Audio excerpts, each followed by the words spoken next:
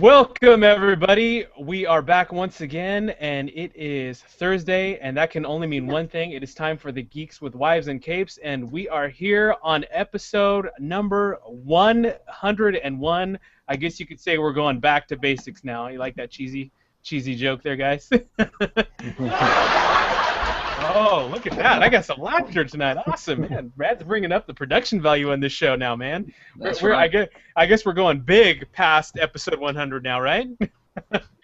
That's right. On our march to 200. That's right. We just want to thank everybody who listened and joined us for the last episode, which was our 100th episode, and it was awesome to see and talk to everybody who has been a part of the Geeks with Wives and Capes crew history. So thank you for all of you that came on and joined us, and for all of you who listened. So without further ado, let's get to our show tonight.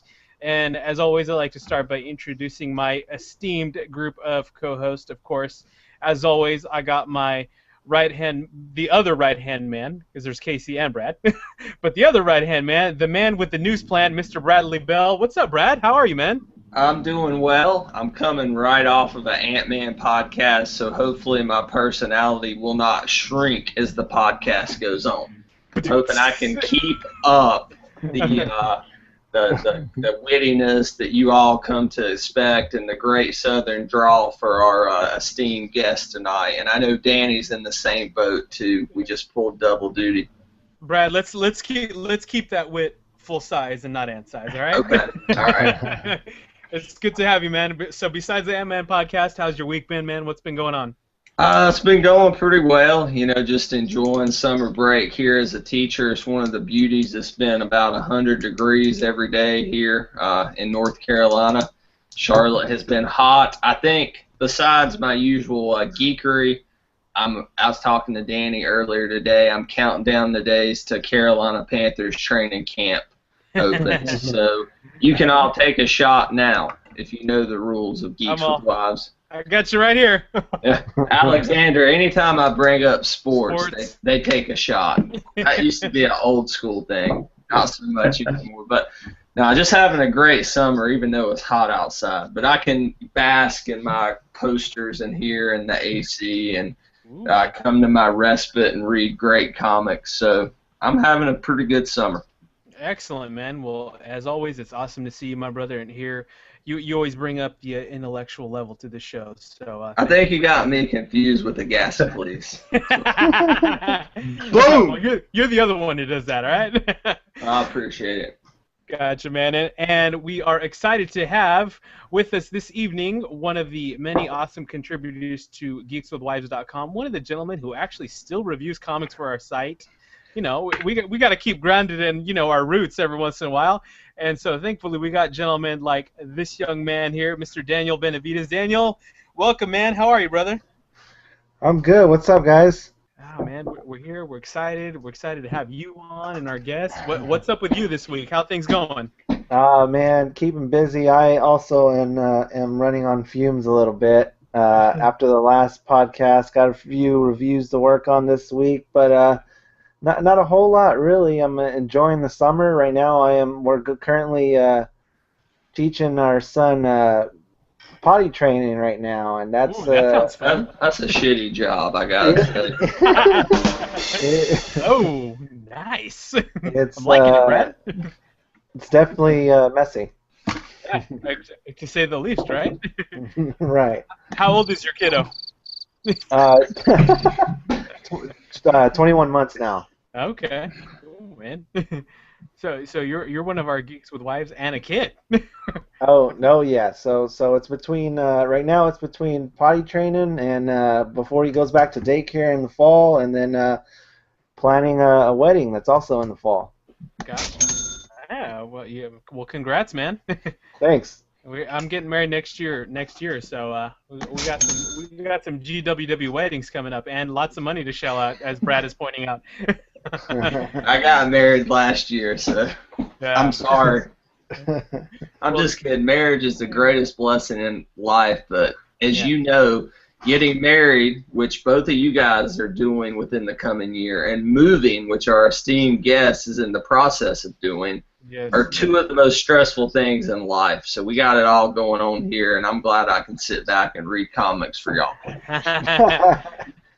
Well, we're glad to, buddy. Danny, it's good to have you on, man. We're excited to talk with you and chat with our guests. So, without further ado, let's get to our esteemed guest this evening.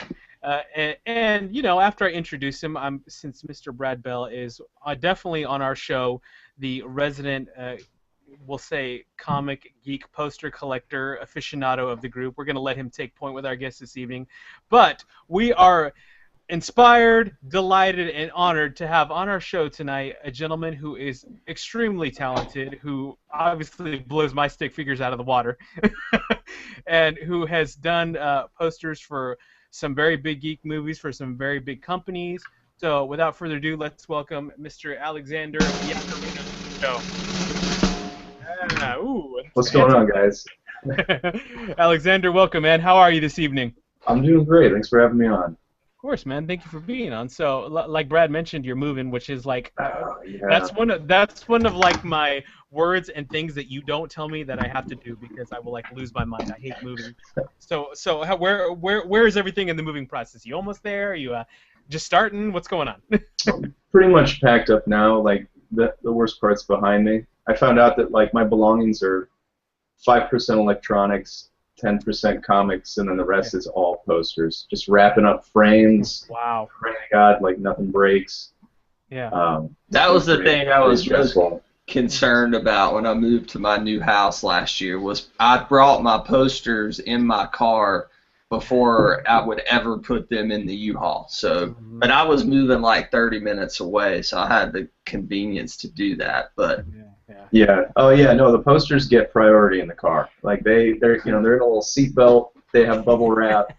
Everything. Like I'm kicking my computer and my big screen in the U-Haul, but then my posters are getting, they're getting the love. So. You're like, don't touch that. Don't. Right. How And dare plus, you? like the search, it was really rough, but I found myself like influenced by wall space. That was my number one. Like it could have been in a rough neighborhood.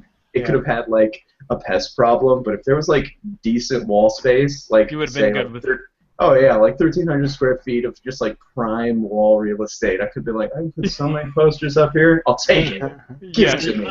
Uninterrupted wall space, right? Without doors and archways and things. Oh yeah. Because I found some great places in my price range, but they had like weird windows where it was like I can't even fit an 18 by 24 in between this spot. I was like,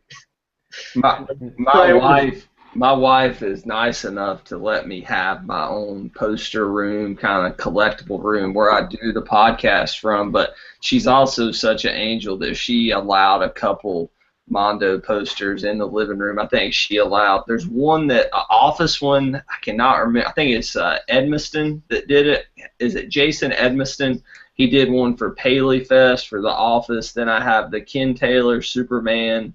And then our prized possession is the Lawrence DeRoe, as I like to say, Jaws poster from my wife's favorite all-time movie, which has something to do with her letting me have that in the living room. Then we got a Dave Matthews Band gig poster.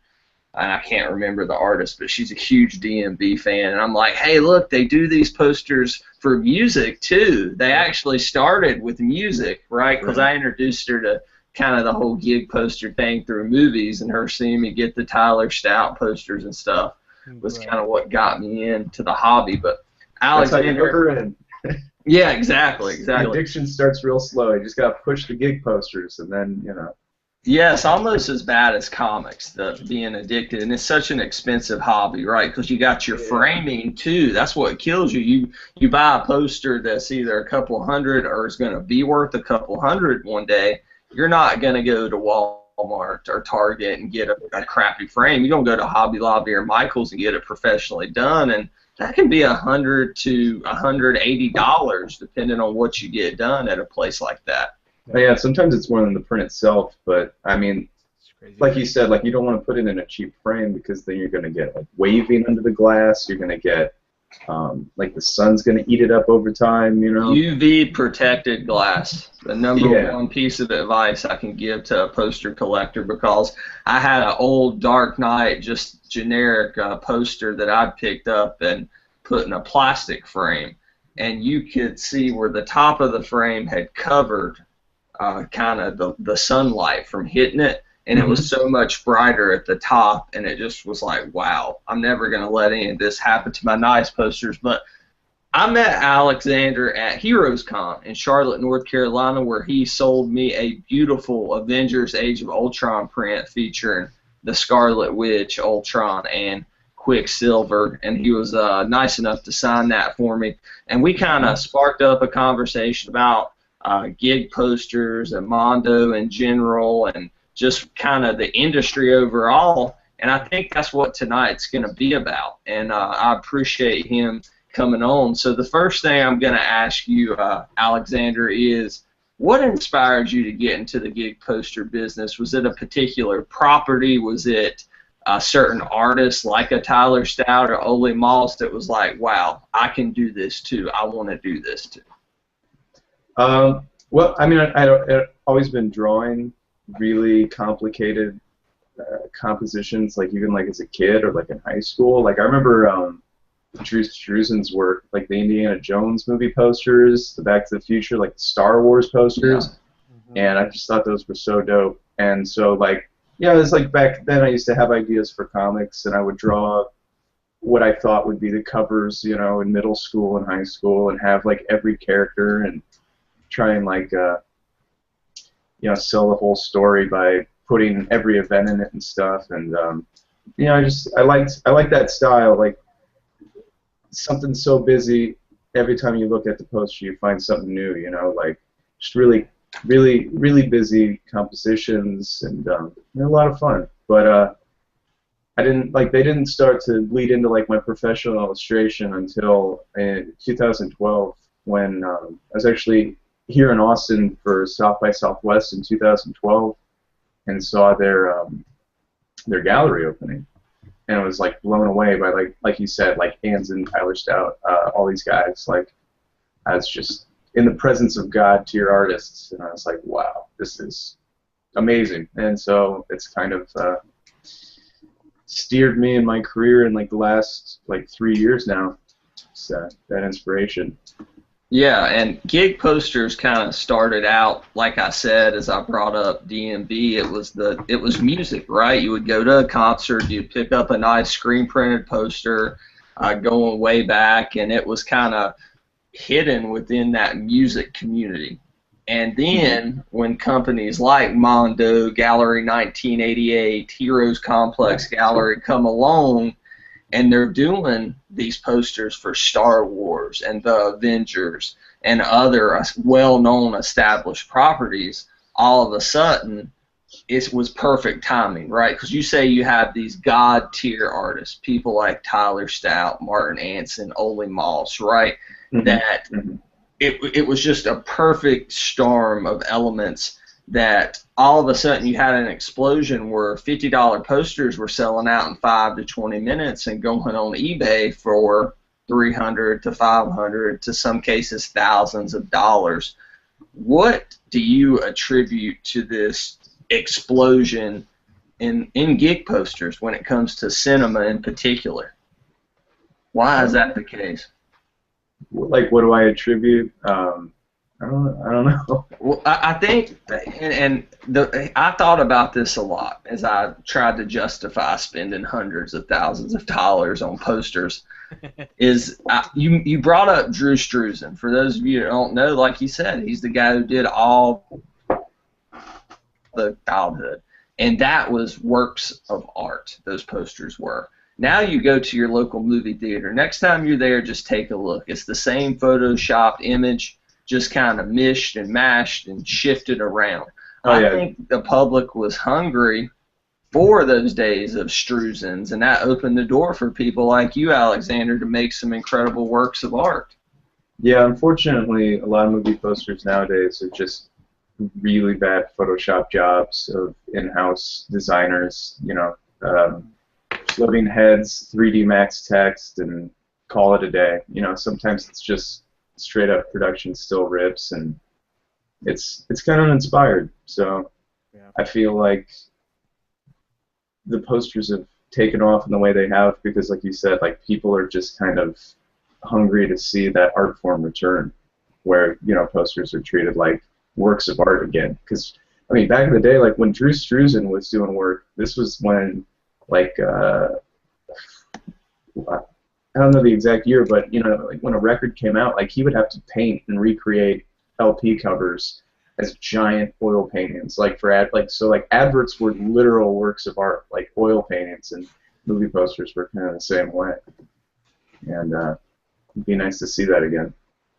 Yeah, and I think Brad also too. I really feel like it's, I guess you could say, a sign of the times where now it's more acceptable to be a geek well into your adult age. You know, we're geeks. Yeah. We now have our own homes, our own apartments. A lot of us, you know, are wanting to display in our homes, I guess you could say, artwork or posters that maybe don't look so childish. We want something that's a little more sophisticated but still gets that geekness across. So I think that's another thing that's really bumped up the market for things like Mondo and things like that. Well, yeah, like I feel like I've grown, like you said, like grown as a geek, grown as an adult. Like when I was a child, when I was in high school, I had my bedroom was, you know, covered in like magazine clippings of anime and movies that I loved. But it was like, you know, it was like magazine pages taped to the wall, you know. And but as you grow and you mature, and you know, now you know, it's still the same nerdy stuff, but it's just, you know. It's kind of matured and grew up with you. I view it as collecting fine art. Like some of the stuff that I have is just absolutely beautiful. Like it's collecting fine art, really. Mm-hmm. Well, let's kind of talk about the elephant in the room, and that is the esteemed poster boutique company Mondo. Their website, mondotees.com. They kind of, there's great artists, there were great companies and galleries out there commissioning people like you to do great works of art based on established properties. But they really brought it into the mainstream with their partnership with some place that Danny is very familiar with, because he's from Austin, where Mondo is headquartered, with the Alamo Draft House, because they wanted to give people those posters that were closer to Drew Struzan and their artwork. So just talk a little bit about, and I know you're a fan, I know you're a potential aspiring, hopefully future client of Mondo. Just talk about kind of the role that they played in mainstreaming this gig poster industry, at least as far as movies are concerned. From what I understand, Mondo worked with the Alamo Draft House, like you said, and created the alternative film posters for when they had showings, because the Draft House is awesome. It's like the best. It's ruined me. I can't see a movie anywhere else. That company is so amazing. Like all the effort, all the work that they put into the little stuff when you go to see a film is just, it makes the experience great. And one of those things was utilizing the guys at Mondo. I believe, like when it started up, it was Timothy Doyle and a handful of other cats, and they would work like a studio and commission other artists to do the film posters, and it just kind of, it took off, because I mean, back then you had Tyler Stout, you had Ollie Moss, you had these great artists, and people recognized the great work matched with nostalgia for the properties that they were showing. And it was just a fantastic idea. I love what Mondo does, what they started. Mondo is kind of doing other stuff right now. It seems like they're branching out and growing out from that. But man, it was such a huge part of what I wanted to do when I was coming up. I owe a lot to Mondo. Never worked with Mondo, but you know, not one of those artists that doesn't get in the clubs. They're like, oh, well, Mondo, I don't know about those guys. Yeah. And it's like, yeah, it's like I always figured, like, I always took the approach, like, if I haven't gotten the phone call, I'm not good enough yet, and I just need to keep working. So, like, I really like Mondo because they've pushed me to be a better artist, because like for the last 3 years, everything I've done has been like, oh, they're gonna love this one, like this will be the one, you know. Yeah. It's kind of like, yeah, it's like the old 90s movies where the guy's chasing the girl down the street, but the one he loves is in front of him the whole time because, like, in the last 3 years, I've been trying to, like, the first poster I did with the goal of getting Mondo as a client, I did some Last of Us fan art.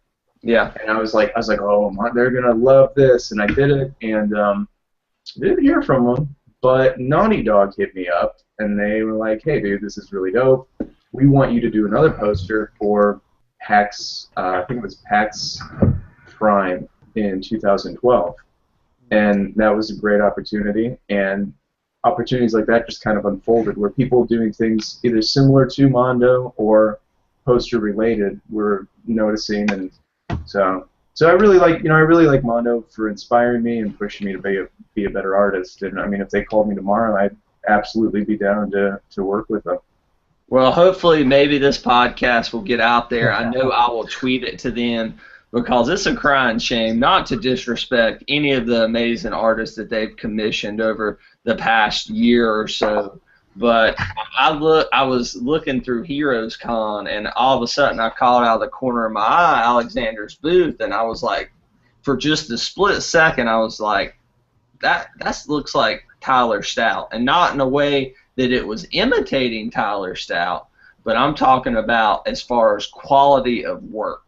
Yeah. And Tyler Stout, for gig poster people, he's the Michael Jordan, he's the Brett Favre, right? He is one of the very top tier, upper echelon guys. And to me, Alexander's stuff is on par with that. And I'm not just saying that because I met him, because he's on this podcast. I would not have been putting up however much, not too much money, $30-$40 for the Age of Ultron print, and plan to, spend more money getting it framed if I didn't believe in it. Because I got like one little spot, Alexander, like right outside of my study here, and it's reserved for you. And my wife has given me permission to put the Age of Ultron print. And so for me to be that high on a print, to put it up there, at least it speaks a little bit of volume. So I keep hoping for you to get that phone call, man. Yeah, the wife's approval to get hung is actually a pretty big. That's a big deal. That's a big deal. Oh yeah, dude. Like I get emails all the time where people are like, "Oh man, I would love this poster," but my wife would so not let me hang this. And here's the funny thing, Alexander. If you remember that day, I was debating between that print and your Walking Dead print. My wife doesn't. Yeah, my wife, which he did a commission, he did an AMC, third season of Walking Dead prints, got to Governor Michonne. It was beautiful. But my wife and I, we love Walking Dead. We watch it every Sunday night live when it comes on in the fall. But she doesn't like Marvel at all. She likes DC. She doesn't like Marvel. And I said, I know you probably wish I would have got this one, the Walking Dead. You'd have probably let me hung it up outside. And she's like, no, I actually like the Age of Ultron print. So I was like, yes. So that was pretty cool, man. And it's so interesting when I hear people, whether it's in sports, comics, movies, in this case posters, that drive and desire to get where they want to be, that pinnacle in their career. It pushes them to greatness. And I think you're just touching the surface, man. And I appreciate you being on with us tonight. Oh yeah, definitely. And it's kind of relevant to the podcast, but as far as like poster collectors and their wives and how their wives affect like what they're allowed to hang, like I find that very, very interesting. And I like I'll get emails like when I did my Ghost in the Shell poster. I got so many guys like, oh, it's a beautiful poster, but it had the Puppet Master on the bed or on the operating table, and her breasts were exposed, and they're just like, oh, I could never hang it. Like my wife wouldn't let me buy it, and I'm just like, I'm emailing them back like, you should just buy it and hang it anyway. Like I don't understand compromise or like I've never. That's an aspect of my poster collecting. I guess I've never had to deal with is like kind of go like running art through a jury process where it's like, what do you think about this? Like I've had a roommate before. It was like, hang prints in the living room. I hung We Buy Your Kids Silence of the Lambs in the living room to kind of like test the waters to see like where we were at, and he was like, "Oh, it's all right looking, I guess." And it's like, okay, we'll leave the obscure stuff in my room, and then we'll bring out the safe bets, you know. But it's always interesting how wives affect the purchases of fans. We came to a compromise. I sold 3 posters because she didn't want the horror stuff up. So I sold the Edmiston Nightmare on M Street 3, the Dream Warriors, where he's got the needles as hands. I sold a Scream Mondo print, and I sold the Ken Taylor Halloween, which damn near broke my heart, but it paid a deposit. It helped pay the down payment on our house because that was a very valuable piece, and I'm not even joking with that. But I want to bring in Danny B on this conversation because Danny B, you live in Austin, along with Alexander, even though you two never met, obviously, but that's kind of the mecca of that gig poster scene, and you frequent the Alamo Draft House, so. Danny, just kind of talk about what's it like, an average guy like us going to the Alamo Draft House for those of us who haven't been. Oh man, it's awesome. Like he was saying, yeah, it's an awesome experience. When you go there, it's like you can't go back to a regular theater like any other theater. I mean, the experience, the huge variety of beer they have there, the food is good. And then as soon as you walk in, the closest one the one that I frequent is the Lakeline one, and that one, as soon as you walk in, you see this huge, and I have no idea who did it, but this huge Mondo poster of Planet of the Apes, and it is gorgeous. But I mean, the Draft House experience itself. If you're ever in Austin, or I think they got some in Houston and maybe now LA, but if you're ever I think there's one in Virginia. Virginia's got one too, I believe.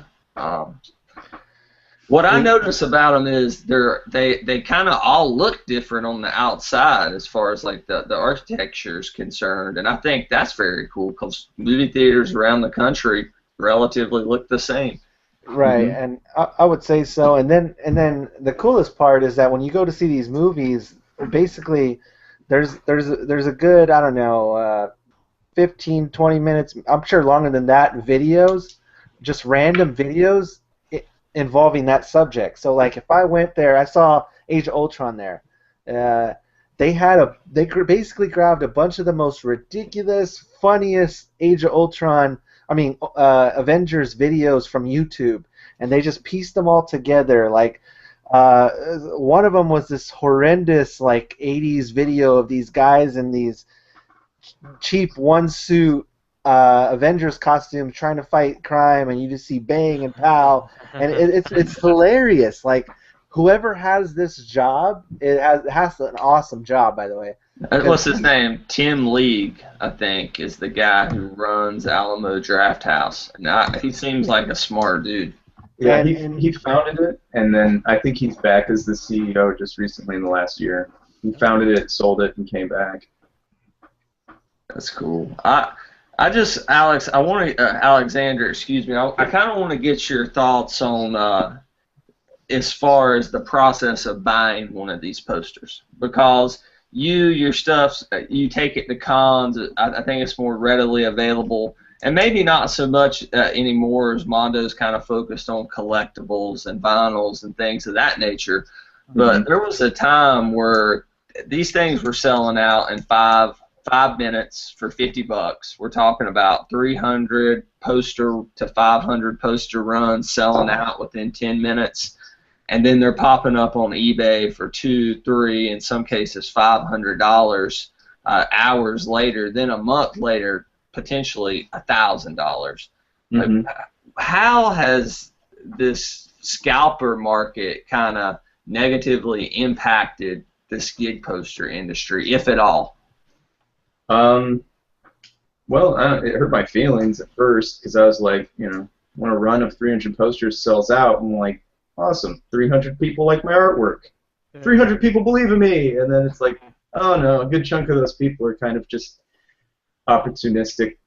They call themselves flippers, but like you said, like scalpers. They're essentially buying with the intent to resell, because they're limited edition prints.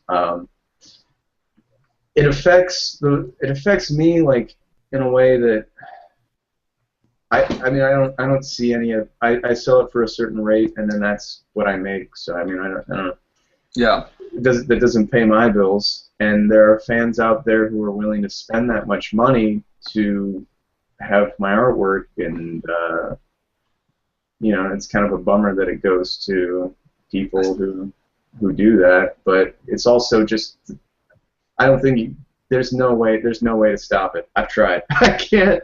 You know, like I've prevented people from buying more than one copy. For a while I was even like trying to track who was like reselling on eBay and like get their email address, and then simply like if I saw that they purchased from me I would refund them. But it just you can't. It's just part of the industry, I guess. There's nothing you can do. The thing that my friends and I have talked about, because I have a few other friends who collect these, is one thing is maybe more timed editions, or maybe say you release Mondo or Gallery 1988 or whoever's doing the show or selling them on their site. Maybe you release one poster, two different posters. Let's say they're both a Avengers Age of Ultron print. One's that limited to 300, and one we're going to do a timed edition. So how many ever people order the opening weekend of the movie, we're going to make those, right? And I know Mondo does about one of those a year. So what are your thoughts on doing more timed editions? Is that, from the artist perspective, does that present more problems as far as distribution is concerned? No, I actually like that idea. I did a timed edition for the first time a couple months ago for a variant of my Bebop print, and I feel like if you give fans a sufficient amount of time and advertise, you know, because it was like weeks before I was like, hey, this is going to happen. You know, for the last 2 years, I've been getting emails where you guys, you know, are interested in getting a Bebop print. Well, you know, here's your chance, and then I do it in one weekend, and what's ordered is what's made, and it's actually kind of easy compared to doing like a run of a certain number ahead of time. You know, just making enough supply for the demand. I like the idea. I'm open to doing it again. Yeah. Yeah, I know what happened was with Mondo, the first time they did that, I think, was with Ole Moss did a Dark Knight Rises print, and they had some production problems because they were running off so many copies of the exact same poster. But, I mean, they were real good about it. They refunded people, and they got them alternate prints and things like that. So it's unfortunate. And that's a very rare, that's a one-time thing for them. That's not an occurrence I've ever experienced with their product. But it's just it sucks sometimes because so many people want these great posters. So, Alexander, we're gonna move into our next segment here. But before we move out, I have 2 questions for you.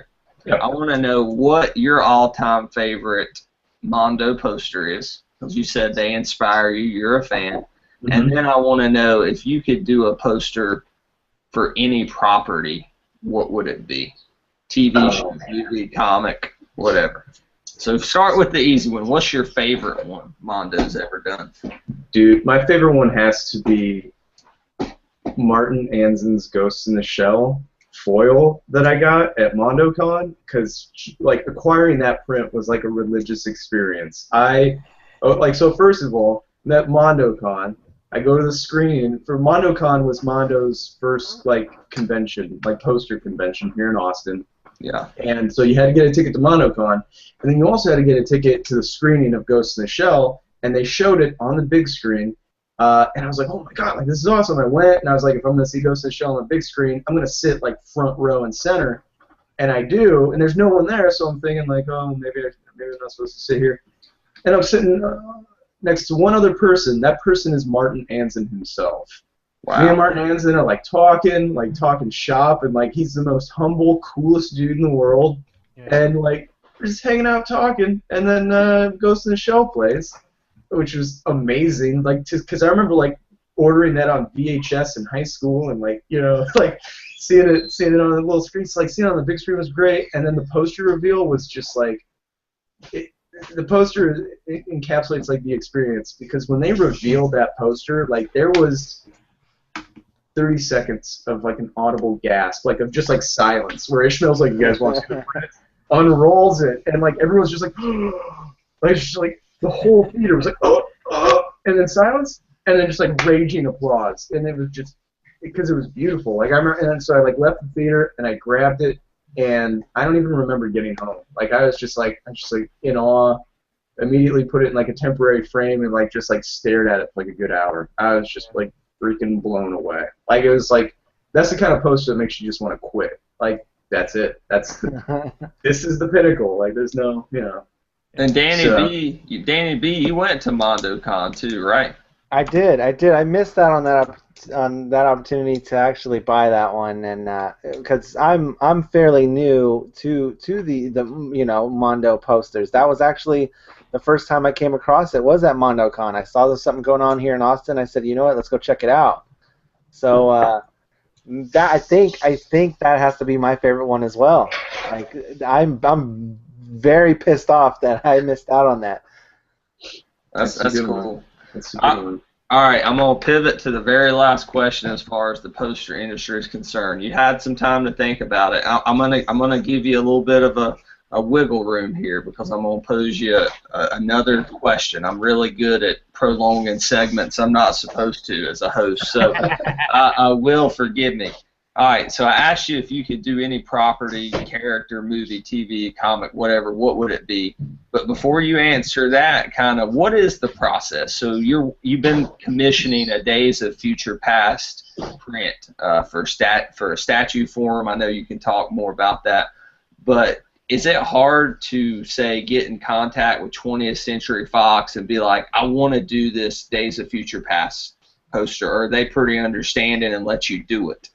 No, they don't let. No, I think like for a while I operated under the basis that I was like, nobody. Like, you know what I'm saying? Like a lot of these like Tumblr artists that just pump out fan art, yeah, too small to even worry about, and Right. and for a while like I was like, you know, but I just did art of licensed work of Breaking Bad, and AMC hit me up with the cease and desist because for the longest time it was like the top Google search result for Breaking Bad art. Mm-hmm. So before they did their poster project, so they were already doing like market research for like related things, and they caught a hold of me and they were like, hey man, you can't do this, but while we got you on the line, like, you know, we got this Walking Dead opportunity coming up, and so like it led into another thing. But so like since then I've just been kind of like respectful and wary of properties like that. So now a client, if it's not a private commission for like an individual or a small group, I just wait for a client who has purchased the licensing rights directly from Marvel or another company, and then under their umbrella we'll create a poster for them. Yeah. I was trying to get the image up to where everyone else could kind of see what we're talking about for those streaming. Yeah. Hey, click on him, Will. Click on Daniel so people can see that. Yeah, I got that image. Okay, yeah. Cool. Yeah, that's that Days of Future, that beautiful Days of Future Past print that unfortunately I'm probably never gonna own. That Alexander did, but I can just make it my wallpaper on my computer, which sucks, but you know. That's not bad. It only took like 4 months to do. No big deal. Just whip it up real quick. All right, so my hope is you're going to do an episode 7 print. That's the one I want you to do. But what's your print? What's your print, Alexander? If you can do any property, what would it be?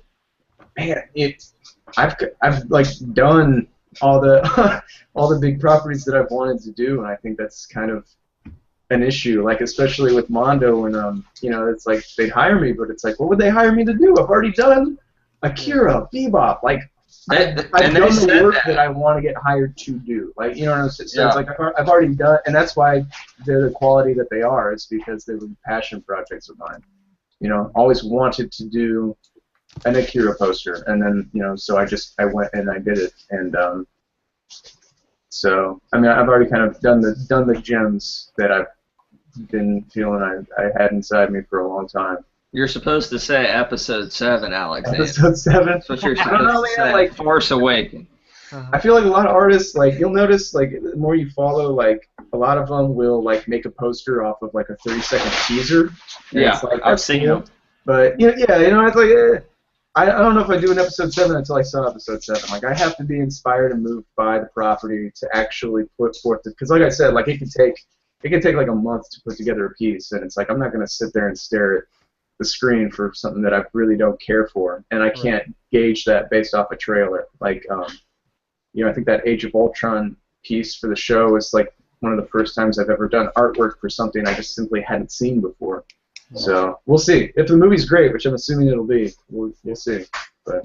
So what's after Days of Future Past for you? Can you give us a hint on what your next big poster is? I know you're moving, but anything in the works? When does this come out? This podcast? Like when will this be on the website? This podcast will hit Sunday on iTunes. So you can't say it now? Nah, I can't say it now, but my next project is working with a company that I've worked with before, and not for a movie, but for a game. Okay. It's gonna be super dope. Okay. I think I know where you're going. I won't say anything.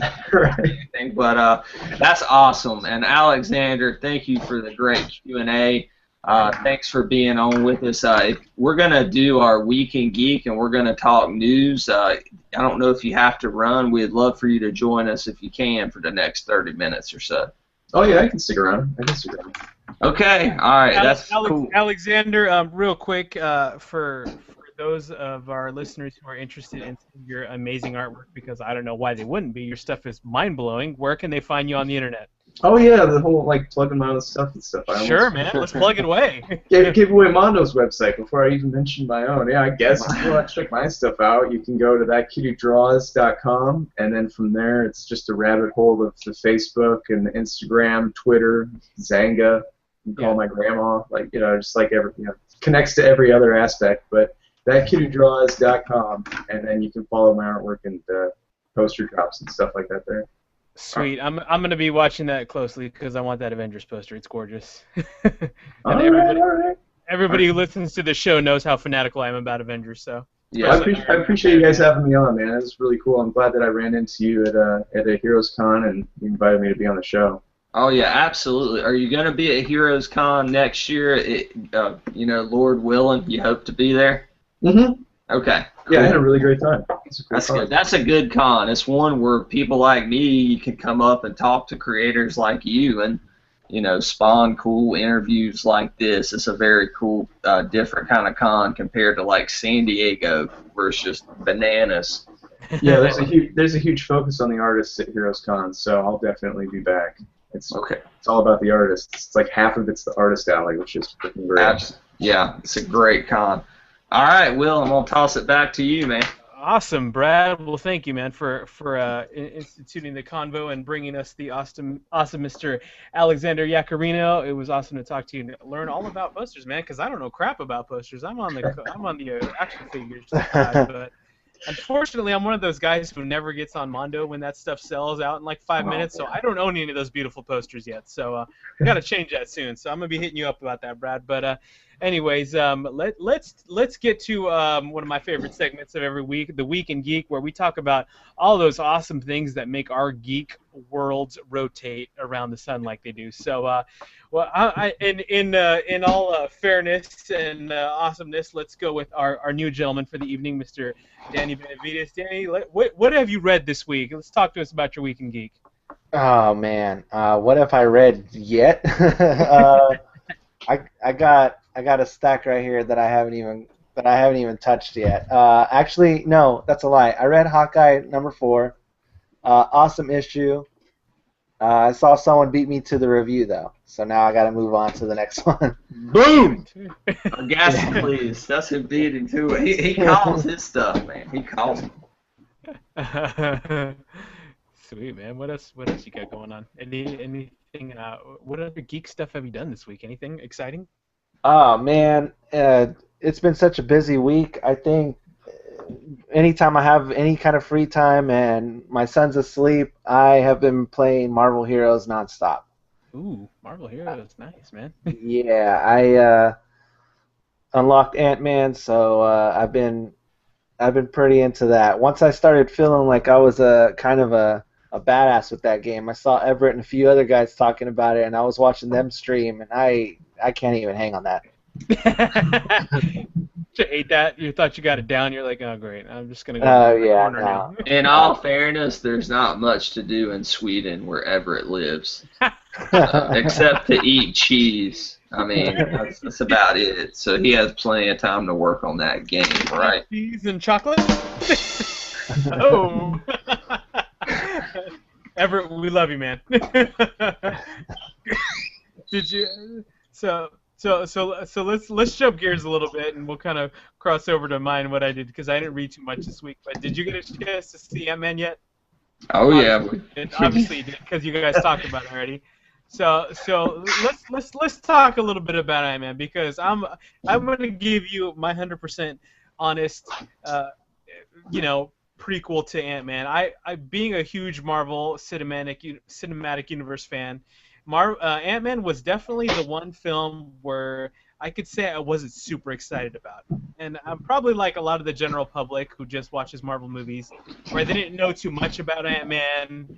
So there's kind of like, it's a guy who shrinks to the size of an ant. Yay. How great is this movie going to be? So I didn't go into this movie expecting too much out of it. And I got to tell you, man, I was completely, utterly blown away by how great Ant-Man was. I mean, took me by surprise and just took me on this great ride.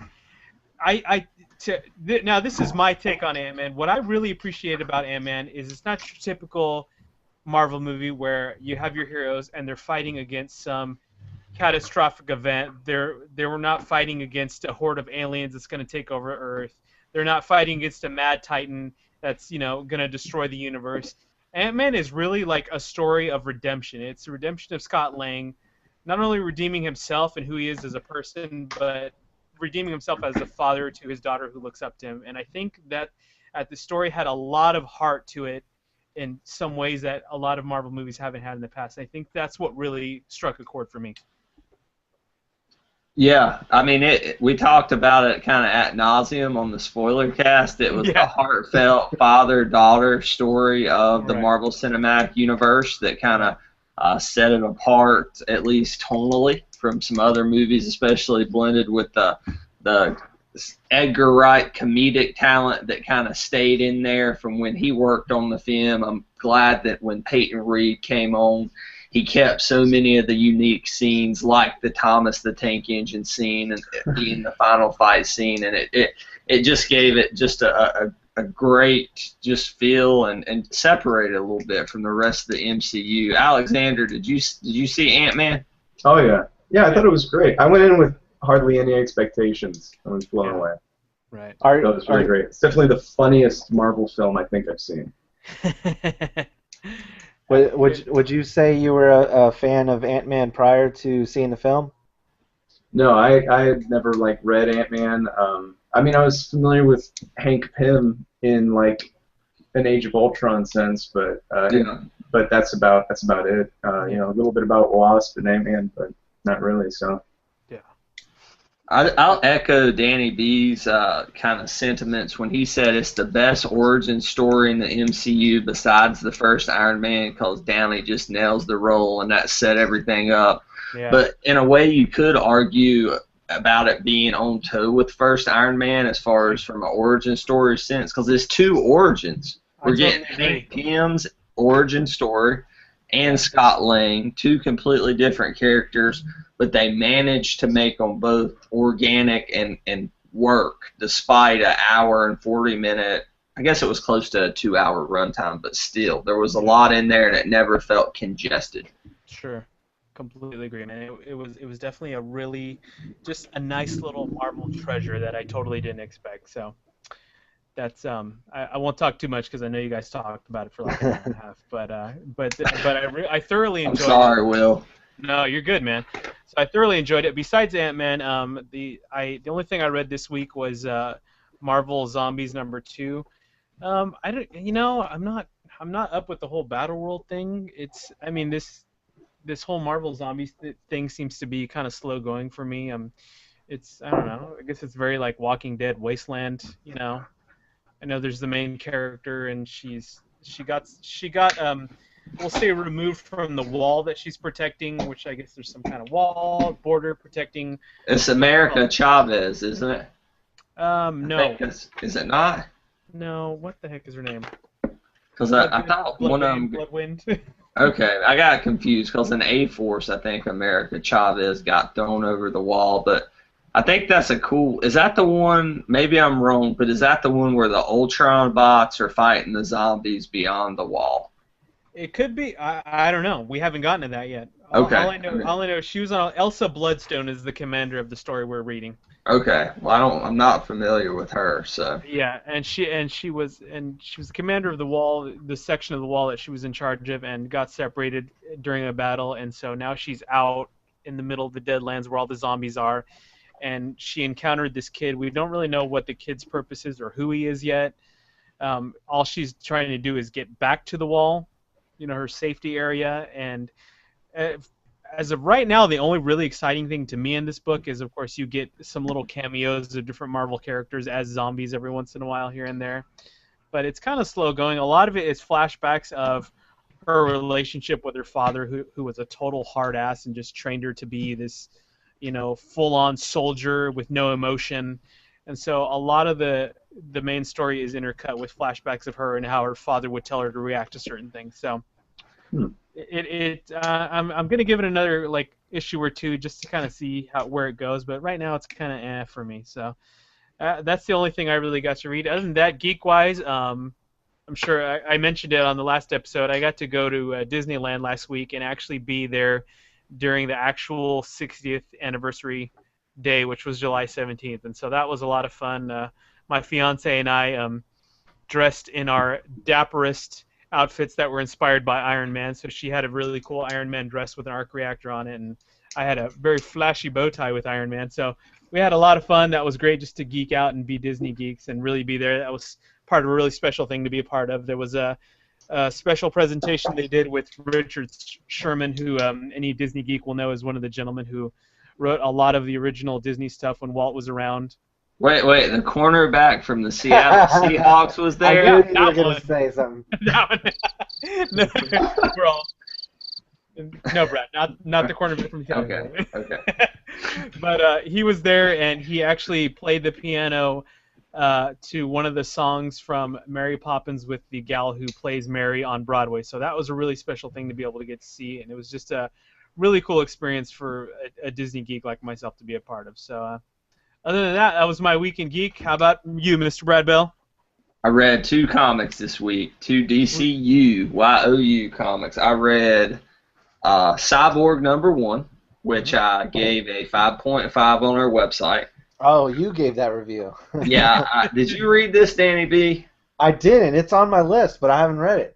Okay, I picked it up on a whim. I think that what Jeff Johns did with Cyborg in Justice League was he made him a very good complementary character, and sometimes I feel, unfortunately, he was used as a plot device to tap into a satellite or something crazy like that, and he was never fully explored. And Jeff Johns is really good at that, but it's hard to do that in a team book.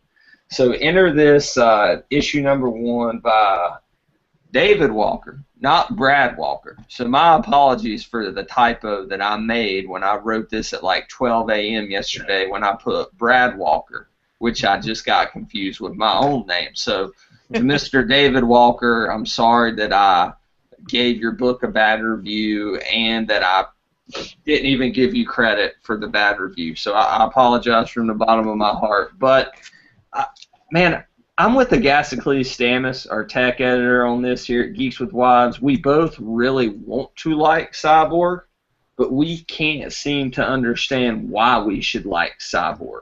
All of a sudden, he's a Teen Titan who's a founding member of the Justice League who, at least in this book, they're getting at Victor Stone more than they are kind of the badassery of his machinery, which I think is an interesting premise.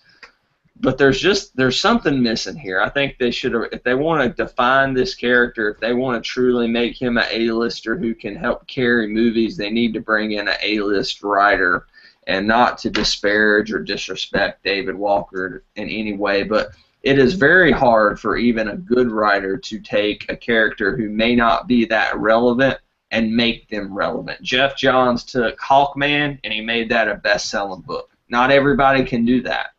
So I will say that I was a little disappointed with Cyborg #1. I also read Prez #2. I'm one of the few people who's still reading this book.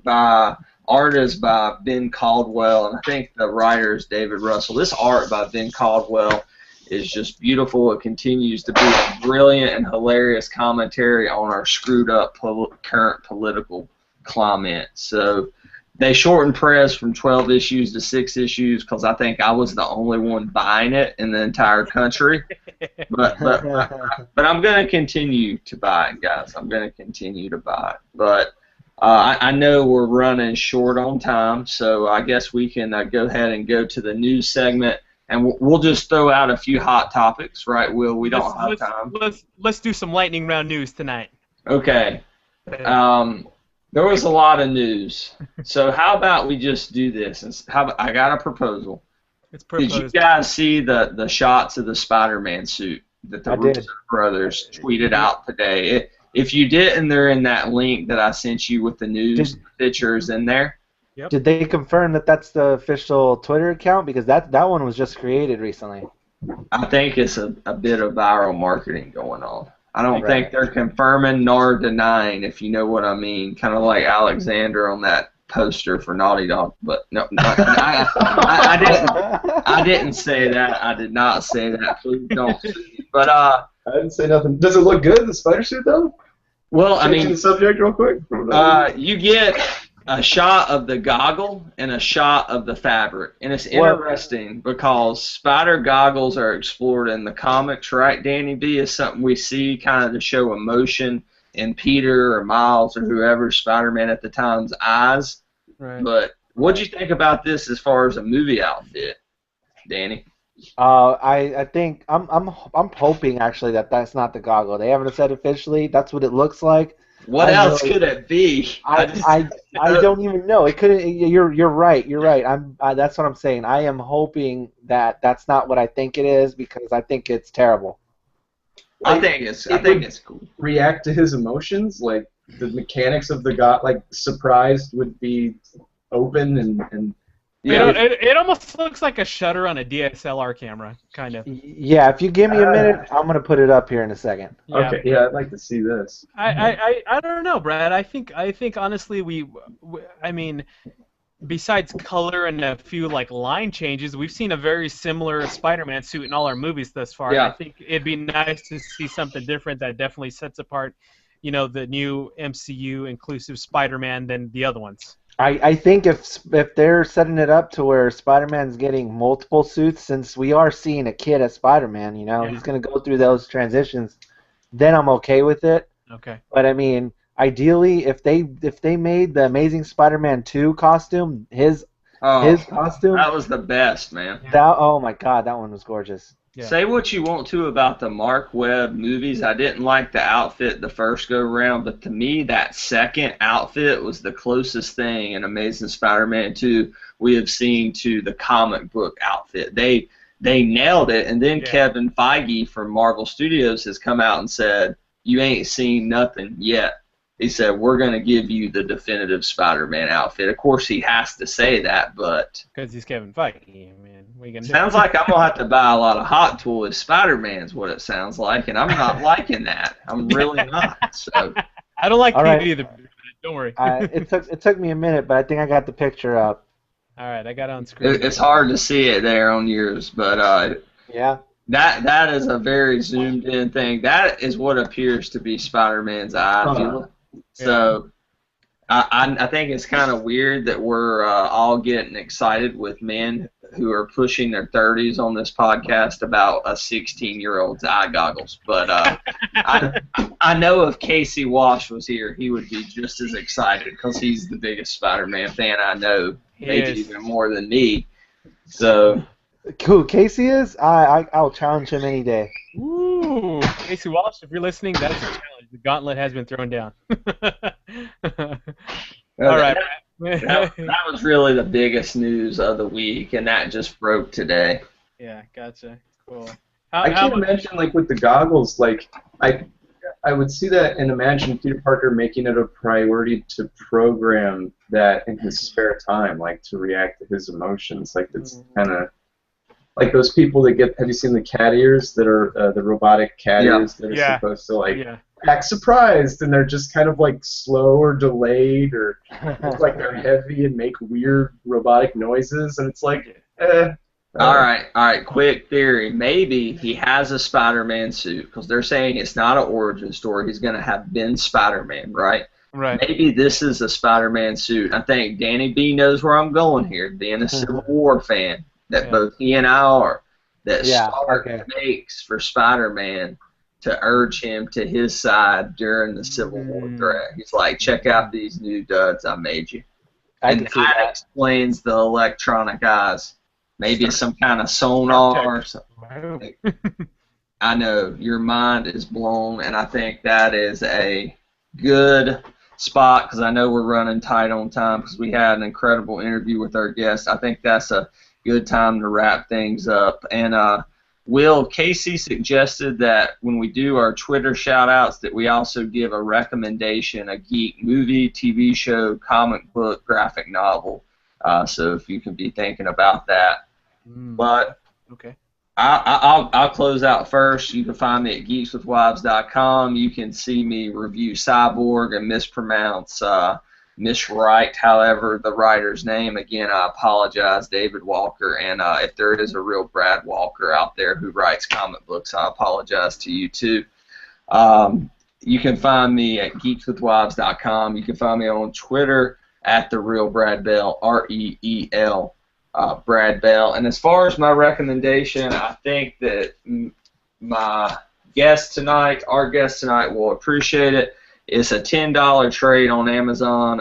Batman the Black Mirror is Scott Snyder's first or second Batman book, and it's Snyder's. He's always awesome, right? But the art here is Jock and Francis Franciavella. So this is like gig poster artists, these top-notch artists. Also, Francis did Afterlife with Archie, if you're familiar with that book, doing Batman art, and it is jaw-dropping. And for $10, it's a steal on Amazon. So check that out. That is Batman: The Black Mirror by Scott Snyder, Jock, and Franciavella. Nice. Awesome. Excellent. Well, Mr. Daniel Benavides, why don't you give us your final thought, where we can find you? Your graphic novel comic pick for the week. Oh man, I'm actually behind this week, so it can be old. It can be old. Yeah. Let's say give us your favorite for the last 6 months that somebody should read. Civil War #1, right, Dan? Exactly, Civil War. Actually, yeah, you're exactly right. Secret War is Civil War. Yeah. Well, even though there's one issue, but yeah. Also, you can find me at Danny Benavides. That's my Twitter and Instagram, and geekswithwives.com. Awesome, very good. Before I completely wrap it up, once again, Mr. Alexander Laccarino, let our followers know once again where they can find you. And I don't know, if you want to throw your favorite book out there, go ahead. Okay. Well, thatkidwhodraws.com. And then Twitter at ThatKidWhoDraws. Pretty much at ThatKidWhoDraws everywhere. Book-wise, I've been reading like a lot of like Japanese horror manga right now. So like, I don't know, I would recommend like Junji Ito's work. He did a book called Uzumaki about a town haunted by a spiral, and it's superb. It's really good. Awesome, man. Cool. Thank you so much, man. Your artwork is gorgeous. You're amazingly talented. We're gonna tweet the crap out of this, like Brad said, and we'll hope the Mondo folks over there get wise about you and do some stuff with you, man, because the world needs to see it. Thanks a lot, guys. Thanks for having me on. I appreciate it. Daniel will have to take it some time. You're here in town. Look at that. Awesome, guys. I need to go to Austin, and we can all grab a beer. Danny and Alexander and I meet up. That'd be cool. Come to the draft house, man. I'll Yeah. come too, all right? movie. I'll come too. I'll get a plane ticket and I'll come out to Houston. Awesome. Well, thanks everybody for being on tonight. Real quick, just for my little last final thought here, and it was also a piece on our news because, as many of you know, Marvel was absent from the big Hall H panels this year at Comic-Con because rumor is they're saving it for D23, which is going to be next month in August. And yours truly will be there on behalf of Geeks with Wives to check out what Disney and the Marvel folks have in store. So hopefully we'll get some good, big new footage from Captain America Civil War as well as Star Wars Episode 7. So just stay tuned for all of that because that'll be coming soon. As always, you can find our website on geekswithwives.com for all your latest in comic book reviews, movie news, tech. Man, we got a little bit of everything on that site now, so check it out. It's just your all-around geek news media site. We love hearing from you. We love having your support. As always, you can find me personally on Twitter at @DarthSparrow. For myself and for the whole crew, we thank you for listening, and as always, we'll catch you next Thursday. And remember, we're always here waiting for you to catch you on the geek side.